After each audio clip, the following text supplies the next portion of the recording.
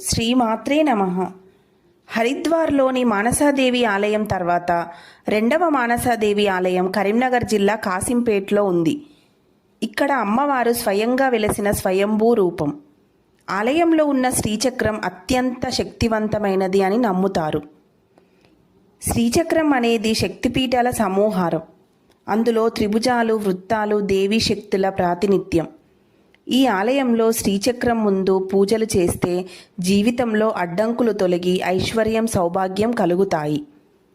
పసుపు అభిషేకం సమయంలో అమ్మవారి ముఖం ప్రకాశించడం భక్తులు ప్రత్యక్షంగా చూస్తారు.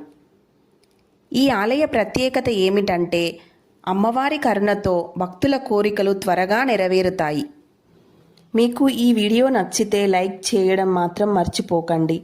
మరియు మీకు ఈ విషయంపై పూర్తి లాంగ్ వీడియో కావాలి అనిపిస్తే కింద కామెంట్లో లాంగ్ వీడియో కావాలి అని తప్పకుండా రాయండి.